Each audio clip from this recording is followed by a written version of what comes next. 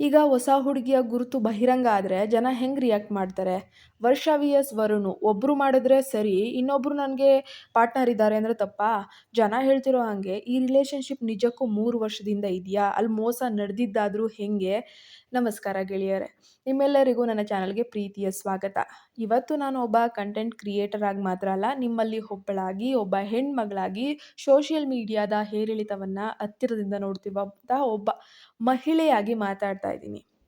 ಇತ್ತೀಚೆಗೆ ವರುಣ್ ಆರಾಧ್ಯ ಅವ್ರ ಹೊಸ ವಿಡಿಯೋ ಸಖತ್ ವೈರಲ್ ಆಗ್ತಿದೆ. ಆಮೇಲೆ ಇನ್ನೊಂದು ವಿಷಯ, ನಾನು ವರುಣ್ ಅವ್ರ ಬಗ್ಗೆ ಆಗಲಿ ಅಥವಾ ವರ್ಷ ಅವ್ರ ಬಗ್ಗೆ ಆಗಲಿ ಪರ್ಸ್ನಲ್ ಆಗಿ ತೊಗೊಂಡು ಮಾತಾಡ್ತಾ ಇಲ್ಲ ಅಥವಾ ಯಾರಿಗೂ ಸಪೋರ್ಟ್ ಕೂಡ ಮಾಡ್ತಾ ಇಲ್ಲ.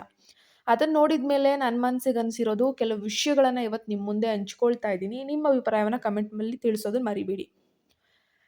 ಪ್ರೈವಸಿ, ಪಬ್ಲಿಸಿಟಿ ಇದು ಯಾವುದಕ್ಕೂ ವ್ಯತ್ಯಾಸನೇ ಗೊತ್ತಿಲ್ಲ ಅನ್ಸುತ್ತೆ. ವರುಣ್ ಅವರು ತಮ್ಮ ಹೊಸ ಲೈಫ್ ಬಗ್ಗೆ ಸಾಫ್ಟ್ ಲಾಂಚ್ ಮಾಡಿರೋ ರೀತಿ ಮಾರ್ಕೆಟಿಂಗ್ ದೃಷ್ಟಿಯಿಂದ ಸೂಪರ್ ಆಗಿದೆ. ಮುಖ ತೋರಿಸ್ದೆ ಕ್ಯೂರಿಯಾಸಿಟಿ ಹುಟ್ಟಿಸಿರೋವಂಥದ್ದು ಚೆನ್ನಾಗಿದೆ. ಆದರೆ ಇಲ್ಲಿ ಕಾಡೋ ಪ್ರಶ್ನೆ ಒಂದೇ, ನಮ್ಮ ಬದುಕಿನ ಪ್ರತಿ ಸುಂದರ ಕ್ಷಣನೂ ಬರೀ ಕಂಟೆಂಟ್ ಯಾಕೆ ಆಗಬೇಕು ಅಂತ.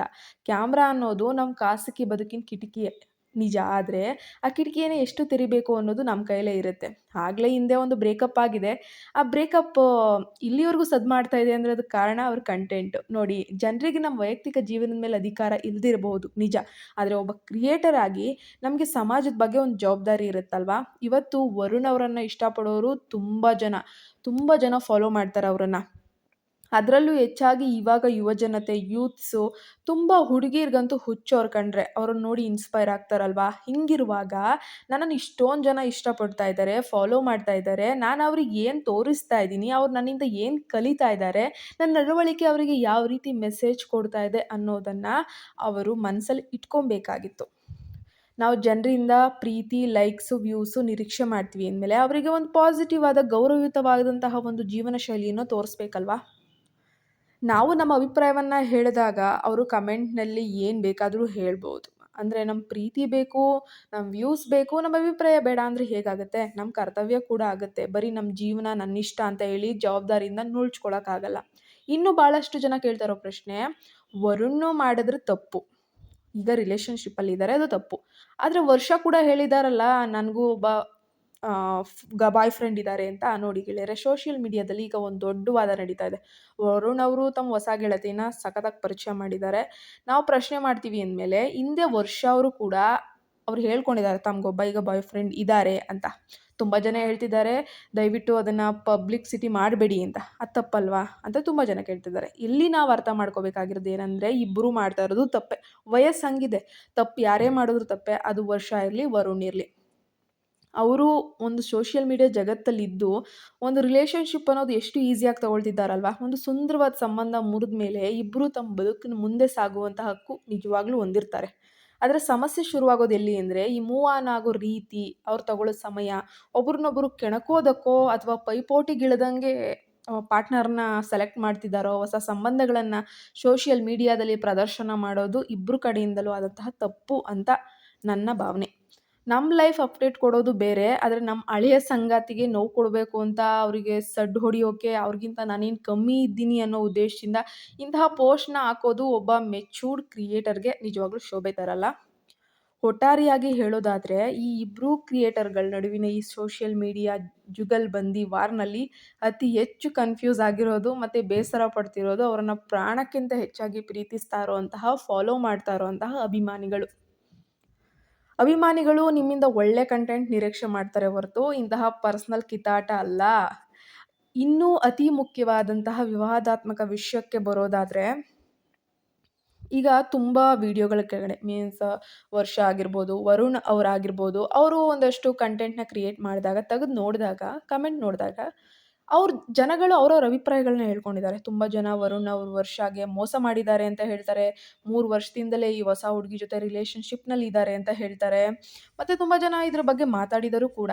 ಅದು ಸತ್ಯಾಸತ್ಯತೆ ಅವರಿಗೇ ಗೊತ್ತು. ನೋಡಿ ಗೆಳೆಯರೇ, ಒಬ್ಬರು ವೈಯಕ್ತಿಕ ಜೀವನದೊಳಗಡೆ ಏನಾಗಿದೆ ಅಂತ ನಮ್ಗೆ ಪೂರ್ತಿಯಾಗಿ ಗೊತ್ತಿರಲ್ಲ. ಜನರಲ್ಲಿ ಇಷ್ಟೊಂದು ಅನುಮಾನ, ಆಕ್ರೋಶ ಮೂಡಿದೆ ಅಂದಮೇಲೆ ಅಲ್ಲಿ ಎಲ್ಲೋ ಒಂದು ಕಡೆ ಕ್ಲಾರಿಟಿ ಕೊರತೆ ಖಂಡಿತ ಇದೆ. ಅದನ್ನು ಜನ ಎಕ್ಸ್ಪೆಕ್ಟ್ ಮಾಡ್ತಾ ಇದ್ದಾರೆ, ಕ್ಲಾರಿಟಿ ಬೇಕು ಅಂತ. ಅವ್ರಿಗೆ ಎಷ್ಟು ಬೇಕೋ ಅಷ್ಟು ಮಾತ್ರ ಕ್ಲಾರಿಟಿ ಕೊಟ್ಬಿಟ್ರೆ ಆಗಲ್ಲ.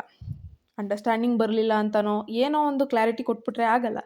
ಒಬ್ಬ ಕ್ರಿಯೇಟರ್ ಆಗಿ ನಾವು ಸಾರ್ವಜನಿಕವಾಗಿ ಪ್ರೀತಿಯನ್ನು ಸಂಭ್ರಮಿಸಿದಾಗ ಬ್ರೇಕಪ್ ಆದಾಗಲೂ ಅಷ್ಟೇ ಪಾರದರ್ಶಕವಾಗಿರಬೇಕಾಗಿತ್ತು. ಒಂದು ಸಂಬಂಧ ಮುಗಿಯುವ ಮೊದಲೇ ಇನ್ನೊಂದು ಶುರುವಾಗುತ್ತೆ ಅನ್ನೋದು ನಿಜವಾಗ್ಲೂ ಚೆನ್ನಾಗಿರಲ್ಲ.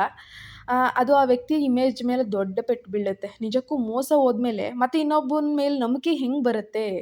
ಅದನ್ನು ಯಾರು ಸಮರ್ಥಿಸ್ಕೊಳ್ಳೋಕ್ಕೂ ಸಾಧ್ಯ ಇಲ್ಲ. ಆದರೆ ನನ್ನ ಕಳಕಳಿ ಏನಂದರೆ, ಇವತ್ತು ವರುಣ್ ಅವರನ್ನು ಫಾಲೋ ಮಾಡೋ ಎಷ್ಟೋ ಜನ ಯುವಕ, ಯುವತಿಯರು ಸಂಬಂಧ ಅಂದರೆ ಇಷ್ಟೇನಾ? ಲವ್ ಅಂದರೆ ಇಷ್ಟೇನಾ? ಇವತ್ತಿರ್ತಾರೆ ನಾಳೆ ಹೋಗ್ತಾರೆ. ಒಂದು ನಂಬಿಕೆ ಅನ್ನೋದೇ ಇಲ್ಲ. ಇಷ್ಟು ಬೇಗ ಬದಲಾಗಬಹುದು ಅನ್ನೋ ಗೊಂದಲಕ್ಕೆ ಬೀಳ್ತಾರೆ. ಸಂಬಂಧಗಳ ಮೇಲೆ ಅವರಿಗೆ ನಂಬಿಕೆ ಕಳೆದು ಹೋಗ್ತಾ ಇದೆ. ಅದಕ್ಕೆ ನಾನು ಮೊದಲೇ ಹೇಳಿದ್ದು, ನಮಗೆ ಫಾಲೋವರ್ಸ್ ಹೆಚ್ಚಾದಂಗೆ ನಮ್ಮ ನೈತಿಕ ಜವಾಬ್ದಾರಿನೂ ಕೂಡ ಹೆಚ್ಚಾಗಬೇಕು. ನಮ್ಮ ನಡೆ ಇನ್ನೊಬ್ಬರಿಗೆ ನೋವು ಕೊಡಬಾರ್ದು ಮತ್ತು ಸಮಾಜಕ್ಕೆ ತಪ್ಪು ಸಂದೇಶವನ್ನು ರವಾನಿಸಬಾರ್ದು.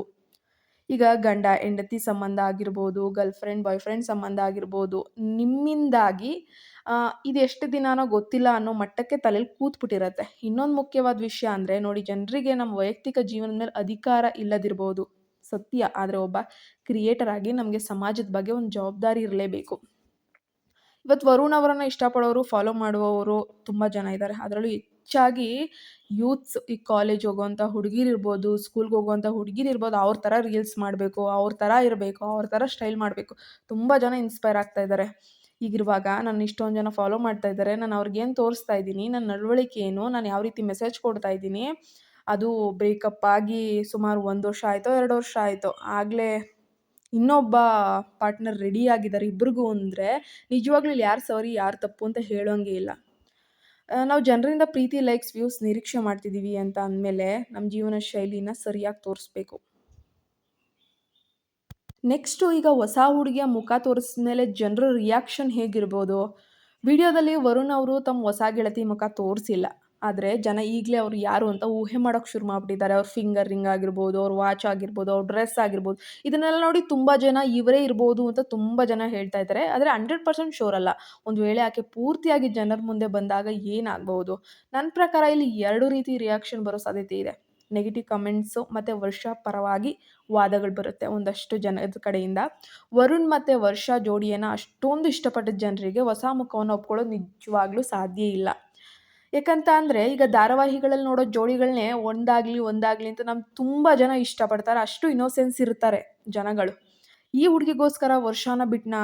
ಮತ್ತು ತುಂಬ ಜನ ಕಮೆಂಟ್ ಹಾಕಿದ್ದಾರೆ, ಡೈಮಂಡ್ನ ಬಿಟ್ಟು ಗೋಲ್ಡ್ ತೊಗೊಂಡ್ರೇನೋ ಅಂತ. 3 ವರ್ಷದಿಂದ ಇವಳ ಜೊತೆಗೇ ಇದ್ದದ್ದ ಅಂತ ಪ್ರಶ್ನೆ ಮಾಡೋಕ್ಕೆ ಶುರು ಮಾಡ್ತಾರೆ. ಇದರಿಂದ ಆ ಹೊಸ ಹುಡುಗಿಯ ಮೇಲೆ ಅತಿಯಾದ ನೆಗೆಟಿವಿಟಿ ಮತ್ತು ಟ್ರೋಲ್ಸ್ಗಳು ಆಗುವಂಥ ಅಪಾಯ ಖಂಡಿತ ಇದೆ. ಇದು ಒಬ್ಬ ಹೆಣ್ಣು ಮಗಳಾಗಿ ಅವರಿಗೆ ಮಾನಸಿಕವಾಗಿ ತುಂಬಾ ಕಷ್ಟ ಕೊಡ್ಬೋದು. ಹಾಗಾಗಿ ಅವರು ಹೇಳ್ಬೋದಿತ್ತು, ಇದನ್ನು ನಾವು ಪರ್ಸ್ನಲಾಗೇ ಇಟ್ಕೊಳ್ಳೋಣ, ಈ ಥರ ಸೋಷಿಯಲ್ ಮೀಡಿಯಾದಲ್ಲಿ ಹಂಚ್ಕೊಳ್ಳೋದು ಬೇಡ ಅಂತ. ಬಹುಶಃ ಮದುವೆ ಆಗೋವರೆಗೂ ಪರ್ಸ್ನಲ್ ಆಗಿದ್ದಿದ್ರೆ ಒಳ್ಳೆಯದಿತ್ತು.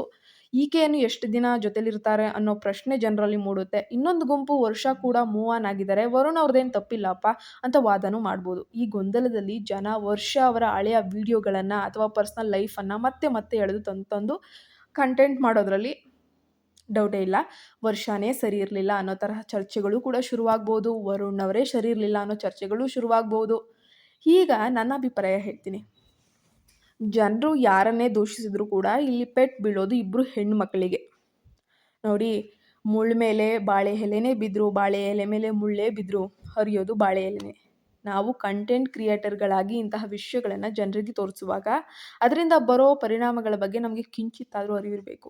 ವರುಣ್ ಅವರು ಆ ಹುಡುಗಿಯನ್ನು ಪೂರ್ತಿಯಾಗಿ ತೋರಿಸಿದಾಗ ಸಿಗೋದು ಕೇವಲ ಸಪೋರ್ಟ್ ಮಾತ್ರ ಅಲ್ಲ, ಖಂಡಿತ ಬೆಟ್ಟದಷ್ಟು ಟೀಕೆಗಳು ಖಂಡಿತ ಬಂದೇ ಬರ್ತವೆ. ಕೊನೆಯದಾಗಿ ಜನರಿಗೆ ನನ್ನ ವಿನಂತಿ ಇಷ್ಟೆ, ನಮಗೆ ಕಾಣೋದೇ ಬರೀ ಒಂದು 15 ನಿಮಿಷದ ವಿಡಿಯೋ, ಹೆಚ್ಚು ಕಮ್ಮಿ ಒಂದು 15 ನಿಮಿಷದ ವಿಡಿಯೋ ಅಷ್ಟೇ. ಆದರೆ ಅವ್ರ ಜೀವನ 24 ಗಂಟೆಗಳದ್ದು. ಆ ಸತ್ಯ ನಮಗೆ ಖಂಡಿತ ಗೊತ್ತಿರಲಿಕ್ಕಿಲ್ಲ. ಅವ್ರ ನಡುವೆ ಏನೇನಾಗಿತ್ತೋ, ಯಾರನ್ನೂ ಕುರುಡಾಗಿ ದೂಷಿಸಬಾರ್ದು ಅಥವಾ ಯಾರ ಜೀವನವು ಹಾಳಾಗಲಿ ಅಂತ ಬಯಸಬಾರ್ದು. ಒಟ್ಟಿನಲ್ಲಿ ಈಗ ಇಬ್ಬರು ಕೂಡ ಪಾರ್ಟ್ನರ್ ಸಿಕ್ಕಿದ್ದಾರೆ ಅಂತ ಹೇಳಿದ್ದಾರೆ. ಅವರಿಬ್ಬರು ಪಾರ್ಟ್ನರ್ ಜೊತೆ ಆರಾಮವಾಗಿ 100 ವರ್ಷಗಳ ಕಾಲ ಜೊತೆಯಾಗಿ ಬಾಳಲಿ. ಹಿಂದೆ ಸಂಭವಿಸಿದಂಥ ಘಟನೆ ಸಂಭವಿಸದೇ ಇರಲಿ. ಒಬ್ಬರು ಸರಿ ಇನ್ನೊಬ್ಬರು ತಪ್ಪು ಅನ್ನೋ ತೀರ್ಪು ಕೊಡೋಕ್ಕೆ ನಾವೇನು ನ್ಯಾಯಾಧೀಶರಲ್ಲ. ಇದು ಕೇವಲ ಅಭಿಪ್ರಾಯ ಆಗಿತ್ತು. ಇಷ್ಟು ವಿಷಯ ನನಗೆ ಗೊತ್ತಿರೋದು. ದಯವಿಟ್ಟು ನಮ್ಮ ಚಾನಲ್ಗೆ ಸಬ್ಸ್ಕ್ರೈಬ್ ಆಗಿಲ್ಲ ಅಂದರೆ ಈ ಕೂಡಲೇ ಸಬ್ಸ್ಕ್ರೈಬ್ ಆಗಿ. ಇನ್ಯಾವುದಾದ್ರೂ ಮಾಹಿತಿ ತಿಳ್ಕೊಬೇಕು ಅಂದರೆ ಕಮೆಂಟ್ ಮಾಡಿ.